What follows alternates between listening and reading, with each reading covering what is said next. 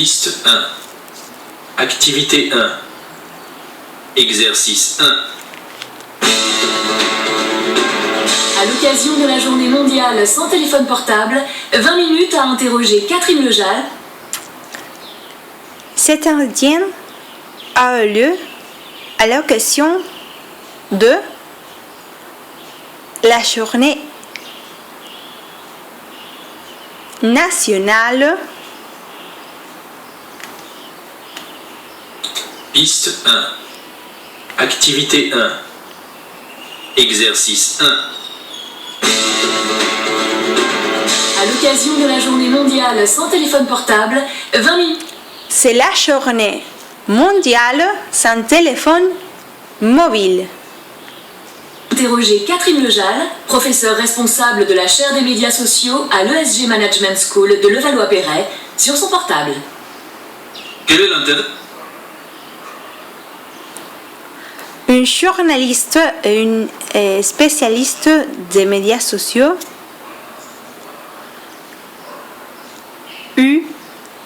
deux spécialistes des médias sociaux deux journalistes spécialistes des médias sociaux. Journée sans portable. C'est une journée intéressante, car c'est le moment de s'interroger sur son propre rapport au téléphone portable. Il ne s'agit pas tant d'éteindre son portable un jour, alors qu'il est allumé les 364 autres, que de se questionner sur ses pratiques. Suis-je esclave de mon téléphone? Une question...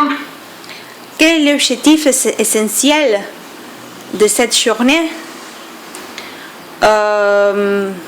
L'objectif, nous ne sommes pas esclaves de notre téléphone portable, mobile.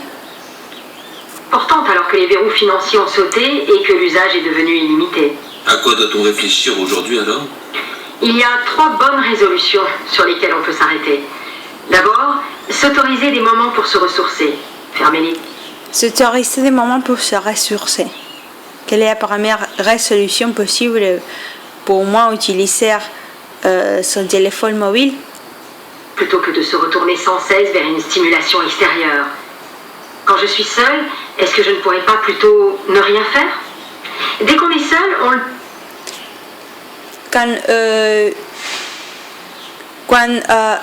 Quand une personne peut être seule, est-ce qu'il y a des autres activités? Seulement jouer, interagir à travers des téléphones mobiles. Au lieu de se laisser un moment de vacances, de laisser son esprit vaquer. Ensuite, se demander si on a vraiment besoin de déranger quelqu'un en l'appelant et accepter qu'on nous demande de rappeler plus tard. On peut réfléchir à grouper les demandes plutôt qu'appeler sans cesse et utiliser des moyens moins intrusifs comme le SMS, en se demandant dans quelle disposition est celui que je veux joindre. Il est assez d'utiliser les SMS, par exemple. La deuxième résolution consiste à éviter de déranger la personne qu'on appelle, les méthodes moins agressives, par exemple le SMS, ne téléphoner qu'en cas de nécessité, ne passer qu'un certain nombre d'appels par jour. Remarquez que l'appel, la fonction de base, est devenue marginale, mais c'est elle qui pose le plus problème. Enfin, se donner le droit de ne pas être joignable. C'est le droit à la déconnexion. Cette journée? Les droits à la déconnexion. Qu'est-ce que ça veut dire? Ça veut dire que je ne suis pas être connecté tous les jours, tout le temps. Particulièrement dédié à la nomophobie. Que signifie ce terme? C'est la no-mobile-phobie. Autrement dit... No-mobile-phobie. De perdre son téléphone portable. C'est une nouvelle peur. On entend de plus en plus les gens dire « si je perds mon téléphone... » C'est une nouvelle peur. La nomophobie. Qu'est-ce que c'est le droit à la déconnexion? Ça veut dire que je ne veux pas être connecté tous les jours, tous les temps. J'ai le droit d'être déconnecté, bien sûr. La nomophobie. est un terme anglais à l'origine? Oui, non? Bref, faux? On ne sait pas. Désigner la peur d'endommager son téléphone portable. Elle a peur de perdre ou d'oublier son téléphone portable et une peur qui se soigne difficilement. Qu'est-ce que c'est? Mort. D'ailleurs, les gens préfèrent perdre leur portefeuille ou leurs clés. Et s'ils l'oublient chez eux, nombreux sont ceux qui feront demi-tour pour le récupérer. Les gens préfèrent perdre son clé, son portefeuille. Mais les téléphones portables, c'est quelque chose d'important, très important pour la personne en général. Pourrait-on se passer de téléphone portable? Non, cela n'a aucun sens. On en a besoin pour la micro-coordination, les rendez-vous, les codes d'immeubles, etc. Cela apporte un soulagement, une sécurité.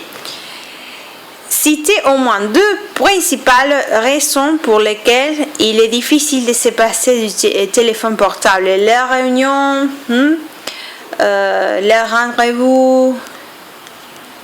Certes, il fut un temps où on s'en passait. Quand j'étais étudiante, mes parents n'avaient pas de nouvelles de la semaine et on se retrouvait à la gare le samedi à 2h15. Mais c'est aussi une source d'autonomie. Par exemple... C'est aussi une source d'autonomie. Ça, c'est une autre raison. Les jeunes sortir plus loin, plus longtemps parce qu'ils sont joignables.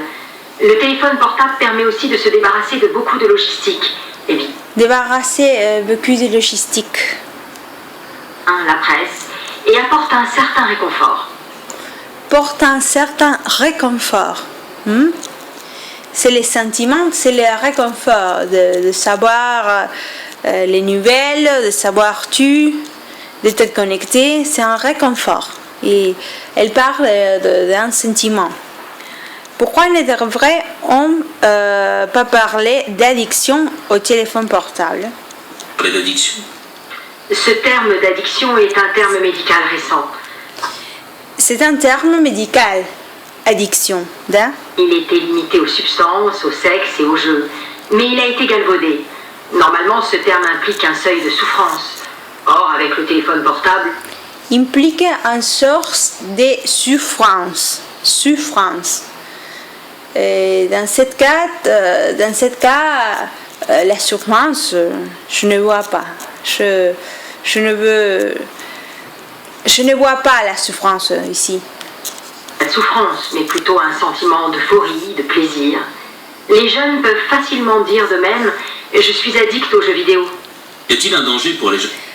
Et elle compare l'addiction avec l'addiction de jeux de vidéo. Du point de vue de la santé, je ne me prononcerai pas. Ensuite, la question qui se pose, c'est est-ce qu'une réflexion plus étayée reste possible? Or, ce que j'observe me rend plutôt très positive. C'est un outil de partage et d'échange, pas un outil d'isolement. Et de toute façon, ce sont les outils de travail de demain. Cela ne veut pas dire qu'on ne fera plus de monopoly en famille. Les portables ont changé nos comportements de façon non définitive. Vrai, faux, on ne sait pas. Parce que notre relation à l'espace et au temps a été changée. Parce qu'il s'est répandu en 3 fois moins de temps que la télévision, ainsi que les pourcentages de cas SIM par rapport à la population. Le portable a changé nos comportements définitivement. Oui, cela remet en cause non seulement... Oui, non définitive, de façon non définitive. Mais tout notre rapport au monde, ce que les philosophes appelaient le Dasein, car le rapport au temps et à l'espace est bouleversé. Aucune révolution antérieure n'a été aussi rapide. L'électricité, la télévision, le chemin de fer ont mis des dizaines d'années à se répandre. Et on a dépassé les 110% de diffusion de cartes SIM par rapport à la population. La diffusion des cartes SIM par rapport à la population, on parle. Doit-on attendre comme évolution de notre utilisation des téléphones portables? Les téléphones vont concentrer beaucoup plus de fonctions. Déjà, il existe de nombreuses applications. Le téléphone aspire tout. elle parle de le numéros application avec les futures fonctions et les numéros applications possibles du téléphone portable. La pneumophobie va sans doute puis évaluer, restera aussi importante, sera de plus en plus pressante. Il y aura sans cesse plus de prérogatives. Demain, les paiements sans contact pourront être réalisés par ce biais, et c'est avec le téléphone qu'on pilotera la domotique. Cette concentration aura une conséquence importante. La peur de perdre son téléphone va continuer à grandir. La peur de perdre le téléphone a grandi. Il va grandir. Sera de plus en plus pressante, je pense.